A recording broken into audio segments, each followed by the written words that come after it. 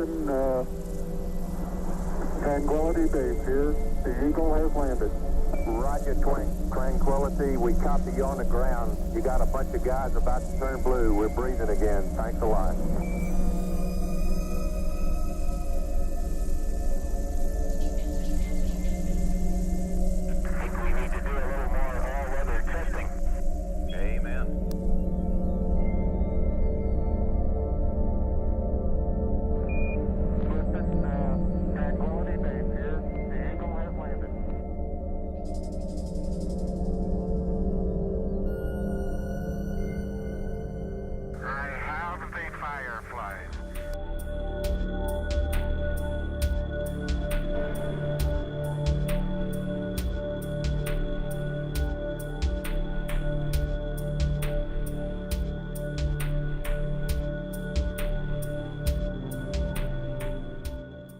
Supernova, d'abord, c'est un phénomène extraordinairement rare. C'est pour ça que là, tous les astronomes du monde, pas tous, parce qu'on ne peut voir cette supernova que depuis l'hémisphère nord, parce qu'elle a explosé dans la Grande Ourse, c'est-à-dire très très près du pôle Nord. Oui, mais attention, elle n'a pas explosé dans notre galaxie. Vous avez raison, elle a explosé dans une galaxie voisine de la nôtre. On arrive à la voir avec des jumelles.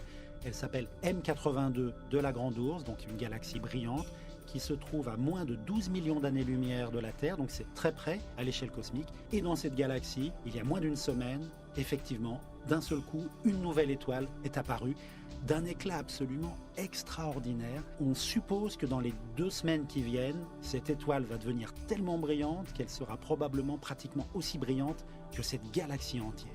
Aujourd'hui, elle est à peu près 1 milliard de fois plus lumineuse que le Soleil, cette étoile qui explose. Et dans une semaine, 15 jours, personne n'en sait rien, elle sera peut-être 10 milliards de fois plus brillante que le Soleil.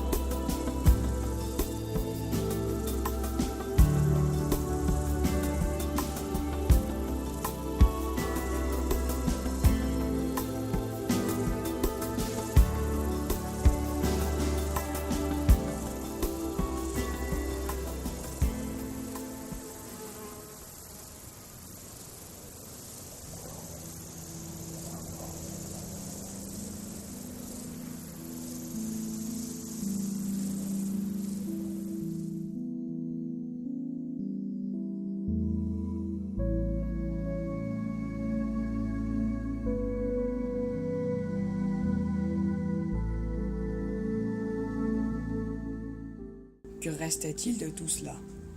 Il y avait les feux dans la grande cheminée, le soir venu, avec du vieux chêne rouge. Il y avait aussi les petits rituels du matin, comme la promenade avec les chiens.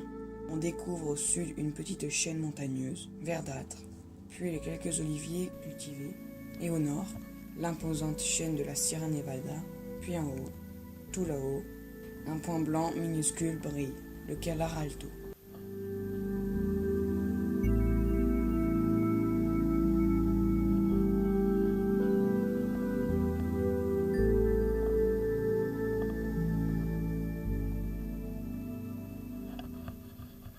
Que restait-il de tout cela? Le mardi matin, où j'entendais du bruit, quand Jean-Louis m'annonçait que le ciel était clair. Il est quelle heure? 4 heures. Les étoiles s'étaient enfin allumées, et moi je dormais. Cette tranquillité, impalpable, comme devant un illustre tableau, dans un musée, la lune, Vénus et toute sa ribambelle nous saluaient. Dans un triangle imaginaire, elle était là Catalina.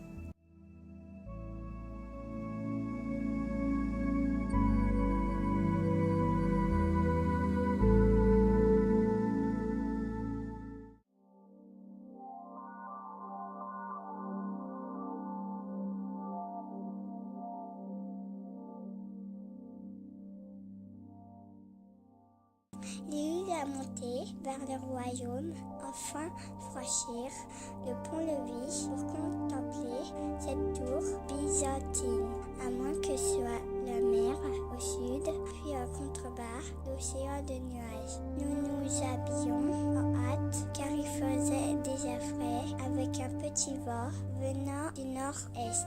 Puis le soleil s'évapora plus verticalement, laissait la place aux premières étoiles. Je tentais de reprendre mes repères et me rendais compte que nous avions basculé de plus de 10 degrés en latitude.